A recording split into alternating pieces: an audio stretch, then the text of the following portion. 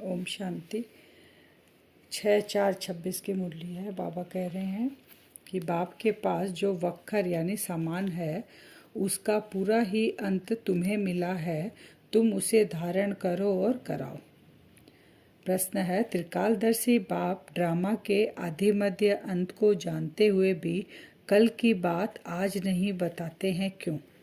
पहले से बाबा को पता है लेकिन फिर भी नहीं बताते हैं, क्यों? बाबा कहते, बच्चे अगर मैं पहले से ही बता दूं तो ड्रामा का मजा ही निकल जाए। यह लॉ नहीं कहता। सब कुछ जानते हुए मैं भी ड्रामा के वश हूँ, पहले सुना नहीं सकता, इसलिए क्या होगा, तुम उसकी चिंता छोड़ दो। बाबा जैसे श्रीमत दे रहे हैं, अगर वर्तमान की वैसे वैसे हम करते जाएं तो बाबा कहते उस भविष्य में क्या होगा उसकी चिंता तुम छोड़ दो, पहले मैं नहीं बता सकता हूँ। ये ड्रामा में ऐसा ही पार्ट है मेरा। गीत है, मरना तेरी गली में, जीना तेरी गली में। हर आत्मा वारिस है, अर्थात वर्षा लेने के हकदार है।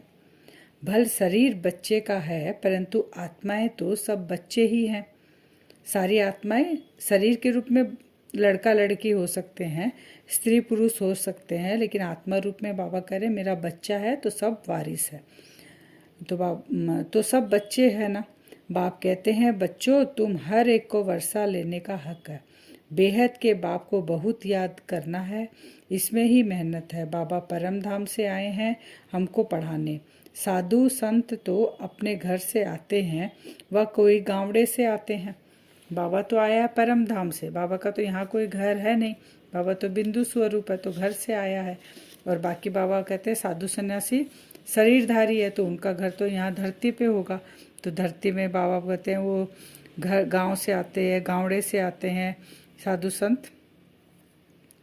फिर बाबा कहते हैं बेहद का बाप वही पतित पावन गॉड फादर है, उनको ओशन ऑफ नॉलेज भी कहते हैं। अथॉरिटी है ना, बाबा की अथॉरिटी है ओशन ऑफ नॉलेज, और किसी को भी नहीं कह सकते। फिर बाबा कहते हैं कौन सी नॉलेज? ईश्वरीय नॉलेज है। ये नॉलेज कौन सी? ओशन ऑफ नॉलेज ईश्वर आके हमें देते हैं। बाप है मनुष्य सृष्टि का बीज रूप, सत्य चित आनंद स्वरूप, उनकी बड़ी बड़ी महिमा है। इसलिए शिव बाबा को क्या कहते हैं? सत्यम शिवम सुंदरम। संगम बाबा बता रहे मैं कब आता हूँ, मैं ओशन ऑफ नॉलेज हूँ तो नॉलेज देने जरूर आऊँगा। तो संगम पर आता हूँ, मेरे पास जो सामान है, ज्ञान का सागर हूँ, आनंद का सागर हूँ, शांति का सागर हूँ। ये बाबा बोलते हैं मैं डिलीवरी करने आता हूँ। अब बाबा के पास है तो डिलीवरी करेंगे ना। अब जो जितना धारण करे अथवा पुरुषार्थ करे, डिलीवरी लेके फिर हमको व्यापार करना है। जितना फैलाएंगे उतना हमको प्राप्ति होगी। तो धारण करे अथवा पुरुषार्थ करे। फिर बाबा कहते किन की दबी रहेगी धूल में, अगर नहीं करेंगे तो यहीं का यहीं सब कुछ मिट्टी में चला जाएगा, सब यही खत्म हो जाएगा। तुम बच्चे जानते हो यहाँ की कोई भी चीज़ वहाँ काम नहीं आएगी। कहाँ? सतयुग में।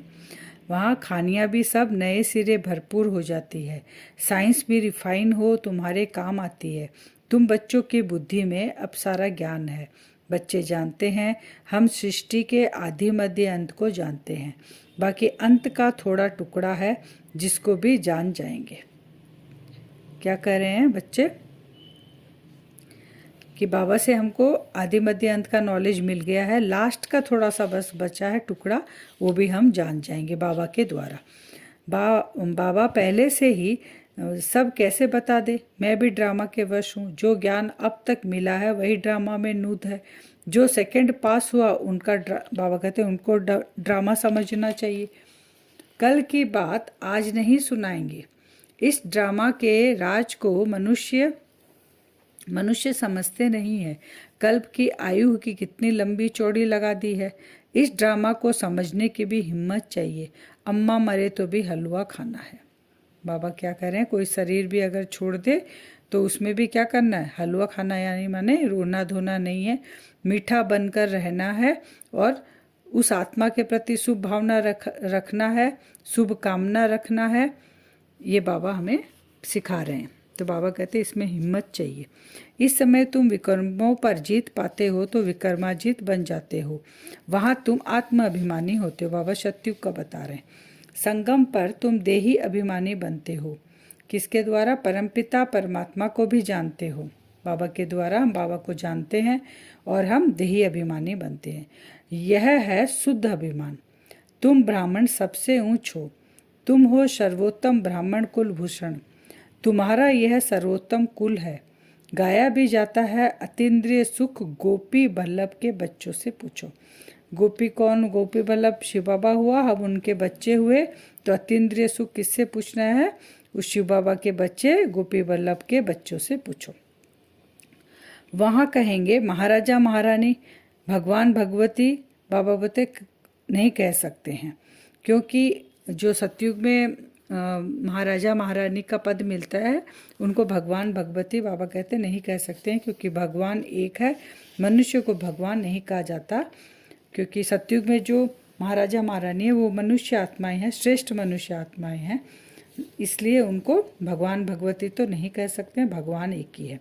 सूक्ष्म वतनवासी जैसे हैं ब्रह्मा विष्णु शंकर को भी बाबा कहते हैं देवता कहते हैं, उनको भी भगवान भगवती नहीं कहते हैं। स्थूल वतनवासी को हम भगवान भगवती कैसे कह सकते हैं? ऊंचते ऊंच है मूल वतन, फिर सूक्ष्म वतन, यह है थर्ड नंबर का, जहाँ हम रहते हैं अभी साकार वतन में। मूल वतन, सूक्ष्म वतन और अभी साकार वतन। हम आत्माओं का बाप शिव बाबा ही है, फिर शिक्षक भी है, गुरु भी है, सुनार बैरिस्टर आदि सब है। बाबा सब सारे संबंध से बाबा अभी हमको मिला है, तो बाबा बैरिस्टर आदि सब है। सबको रावण की जेल से छुड़ा। बैरिस्टर क्या करते हैं? बैरिस्टर जो होते हैं वो जेल से छुड़ाते हैं ना, जो बंद रहते हैं। तो हम कौन सी जेल में? रावण की जेल में। तो बाबा बैरिस्टर बनकर हमको छुड़ा रहे हैं। शिव बाबा कितना बड़ा बैरिस्टर है। यहाँ तुम्हारी है माया के साथ लड़ाई। तो अब बाबा लड़ाई के बारे में बता रहे, लड़ाई है तुम पांडवों की, कोई कौरव से लड़ाई नहीं है, स्थूल लड़ाई नहीं है। पांडव कैसे लड़ाई करेंगे? फिर तो हिंसक हो जाए। जो भगवान से प्रीत बुद्धि है तो भगवान उनको लड़ाई थोड़ी सिखाएगा। तो हम हिंसक हो जाएं तो हमारी कोई लड़ाई नहीं है। बाप कभी हिंसा नहीं सिखाते हैं। बाप सिर्फ युक्ति बताते हैं कि मुझे याद करो, माया का वार नहीं होगा। तो बाबा बोलते ये कौन सा युद्ध है कौरव पांडव का, कि हम पांडव हैं। तो बाबा युक्ति बताते हैं कि माया का वार नहीं हो तुम्हारे ऊपर, खुद को संभालना है। यही खुद के अंदर की है, माया के संकल्पों की और बाबा जो हमें श्रीमत देते हैं उनकी आपस में युद्ध। इस पर भी एक बाबा बोलते कहानी है। जैसे पूछा गया कि पहले सुख चाहिए या दुख चाहिए, तो बोला मुझे तो पहले सुख चाहिए, क्योंकि सतयुग में दुख हो ना सके। तो हर समय सभी सीताएं रावण की शोक वाटिका में हैं। अभी हम सीताएं कहाँ हैं? सीता बाबा किसको कह रहा है? हर एक आत्मा को बाबा सीता कह रहा है। तो सीता अभी किसकी चंगुल में? रावण की चंगुल में, शोक वाटिका में बैठी है। ये सारी दुनिया सागर के बीच में लंका है। एक जगह एक बाबा कहते एक टुकड़े को लंका नहीं कह सकते, पूरी दुनिया ही लंका है। अभी सब रावण की जेल में पड़े हैं। सर्व की सद्गति करने के लिए बाप आए हैं। सबको शोक वाटिका में हम बैठे हैं, तो हमको निकाल कर बाबा कहते हैं स्वर्ग, इसको शोक वाटिका कहेंगे, जहाँ भी सीताएं सब बैठी हैं। बाबा वहाँ से निकालकर हमको अशोक वाटिका यानी स्वर्ग में ले जाते हैं। तो बाबा कहते हैं अशोक वाटिका शोक वाटिका में कितना अंतर है। बाप की राय पर नहीं चलेंगे तो बाबा कहते हैं अगर राय पर चलेंगे तो सोतले ठहरे, फिर अगर राय में नहीं चले तो बाबा नहीं, राय पर नहीं चलेंगे तो सोतेले ठहरे, फिर प्रजा में चले जाएंगे, और मातेले होंगे तो राजधानी में आ जाएंगे। सोतेले बच्चे कहाँ जाएंगे? बाबा की राय में नहीं, राय बाबा जो दे रहे उस पर नहीं चलेंगे तो कम पद पाएंगे, प्रजा में जाएंगे। और जो मातेले बाबा की सुनेंगे वो राजधानी में जाएंगे, अच्छे पद पे जाएंगे। राजधानी में आना चाहते हो तो श्रीमत पर चलना पड़े। श्री कृष्ण की मत नहीं मिलती, मत है ही दो मत कौन सी है? एक तो शिव बाबा की मत है श्रीमत, और एक बाबा कहते हैं द्वापर युग में रावण तुमको मत देकर नीचे उतार देता है। तुम ईश्वरीय मत से तो ऊपर चढ़ते हो, पवित्र बनते हो, रावण फिर नीचे ले आता है। बाप ने समझाया है देवता सिर्फ आत्माभिमानी है, परमात्मा अभिमानी नहीं है। देवता क्या है? उनको आत्मा का नॉलेज है कि हम आत्मा है, लेकिन परमात्मा को नहीं जानते, इसलिए वो परमात्मा अभिमानी नहीं है। तुम दोनों अभी हो, परमात्मा अभिमानी है संगम पर और आत्मा अभिमानी है। सतयुग में जानते हैं हम आत्मा पुराना शरीर छोड़, क्योंकि आत्मा अभिमानी स्थिति है, तो वो जानते हैं कि हम ये पुराना शरीर छोड़ नया लेंगे, फिर बच्चा बनेंगे जाकर, ये साक्षात्कार उनको पहले से हो जाता है। वह योग बल से कोई भी चीज़ को तुम पावन बना सकते हो। बहुत सन्यासी लोग भी भोजन का कदर रखते हैं। बहुत मंत्र पढ़कर फिर खाते हैं, मन झट से नहीं खा लेते हैं। तुमको भी परहेज तो बताई है, कुछ भी मांस मदिरा नहीं खाना है। तुम देवता बनते हो ना। तो बाबा कहते हैं देवता लोग कभी ये सब खाते हैं क्या? कीचड़ पट्टी नहीं खाते हैं। तो ऐसा पवित्र रहना है। बाप कहते हैं मेरे द्वारा तुम मुझे जानने से सब जान जाएंगे। फिर बाबा कहते हैं सतयुग में फिर पढ़ाई भी और होती है। इस मृत्यु लोक की पढ़ाई का अब अंत है। सतयुग की पढ़ाई यहाँ की पढ़ाई से एकदम अलग है। मृत्यु लोक की सारी कारोबार खत्म हो, फिर अमरलोक की शुरू होगी। अमरलोक के मालिक थे। तुमको अतीन्द्रिय सुख, परम सुख में रहना चाहिए। हम कहाँ के मालिक बन रहे हैं? अमरलोक के मालिक बन रहे हैं। अभी जिस मृत्यु लोक में हम हैं वो खत्म होने वाला है। तो बाबा कहते हैं वहाँ की पढ़ाई पे तुमको ध्यान देना। परमपिता परमात्मा के हम बच्चे हैं अथवा स्टूडेंट हैं, हमको घर ले जाएंगे। इनको ही परमानंद कहा जाता है। हम परमात्मा के स्टूडेंट हैं, बाबा हमको साथ में घर ले जाएगा। इससे बड़ा और आनंद क्या है? इसको ही परमानंद कहते हैं। बाबा कहते हैं तुम्हारी सेवा करके मैं निर्वाण धाम में बैठ जाऊंगा जाकर। तो बाबा हमारा सर्वेंट हुआ ना। भगवान कह रहा है कि मैं तुम बच्चों का सर्वेंट हूँ। फिर बाबा कहते हैं वाइस राय आदि हमेशा सही करते हैं। जो बड़े होते हैं ना वाइस राय, जो लेटर लिखते थे ना, तो लास्ट में उन लोग लिखते हैं द ओबीडियंट सर्वेंट, अपने को सर्वेंट लिखते हैं। तो बाबा भी क्या लिखता है? निराकार निरहंकारी है, कैसे बैठ पढ़ाते हैं। इनको कोई गुरु ने नहीं सिखलाया। गुरु होता तो बहुतों का होता। बाप से हम भविष्य 21 जन्मों का वर्षा लेते हैं। ये याद रहने से फिर खुशी में रहेंगे।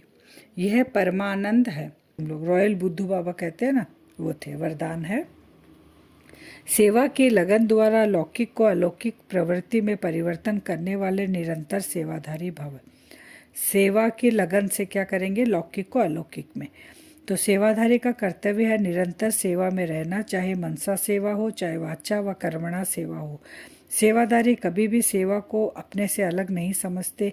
जिनकी बुद्धि में सदा सेवा की लगन रहती है, उनकी लौकिक प्रवृत्ति बदलकर ईश्वरीय प्रवृत्ति में हो जाती है।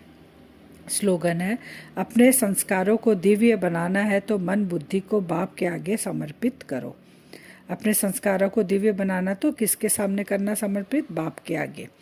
फिर अव्यक्त इशारे है महान बनने के लिए मधुरता और नम्रता का गुण धारण करो।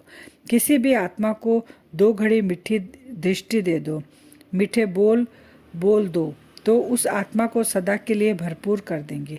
यह 2 घड़ी की मधुर दृष्टि बोल उस आत्मा की दृष्टि बदल देंगे, तो मधुर बोल सदा के लिए बदलने के निमित्त बन जाएंगे। हम लोग वरदान से योग करेंगे। अपने आप को देखें भ्रकुटी सिंहासन में, फरिश्ता स्वरूप देखें अपना। मैं फरिश्ता बाप दादा का राइट हैंड हूँ। राइट हैंड, बाबा का राइट हैंड पकड़े हुए फरिश्ता अपने आप को देखें। मैं सदा बाप दादा का हाथ पकड़ कर ही हर कार्य करता हूँ। मैं फरिश्ता, चाहे वो लौकिक सेवा है चाहे अलौकिक सेवा है, क्योंकि मैं सेवाधारी फरिश्ता हूँ। तो बाप दादा का राइट हैंड पकड़कर, मैंने बाप दादा भी फरिश्ता स्वरूप में, मैं भी फरिश्ता स्वरूप में, हाथ पकड़कर बाबा का, चाहे मनसा सेवा हो, चाहे वाचा सेवा हो, चाहे कर्मणा सेवा हो, बाबा का हाथ मैं कभी नहीं छोड़ता हूँ। मैं फरिश्ता बाबा का हाथ पकड़ा हुआ मनसा सेवा करता हूँ। विश्व की हर एक आत्मा को बाबा का परिचय मिले, ये संकल्प सभी आत्मा तक पहुँचता है। वाचा से मैं बाबा का परिचय देता हूँ। ये जो सेवा मैं कर रहा हूँ फरिश्ता, बाबा का राइट हैंड पकड़कर सारा काम कर रहा हूँ। कर्मणा में जो गुण स्वरूप बनकर मैं सेवा करता हूँ, वो मुझ पिता की प्रत्यक्षता कराता है। सुबह से लेकर रात तक मैं जो भी सेवा करता हूँ, प्रवृत्ति में रहकर या अलौकिक परिवार में रहकर, बाप दादा का हाथ पकड़कर सारी सेवा मैं करता हूँ। मैं फरिश्ता हर एक सेवा में लौकिक को अलौकिक में परिवर्तन कर रहा हूँ। मेरा हर कार्य सफल हो रहा है। मैं तपस्वी मूर्त होकर सारी सेवा कर रहा हूँ, जैसे मेरी सेवा स्वतः ही हो जा रही है, क्योंकि मेरे साथ स्वयं बाप दादा हैं। मेरे हर सेवा में बाप दादा मेरा साथ देते हैं। ओम शांति।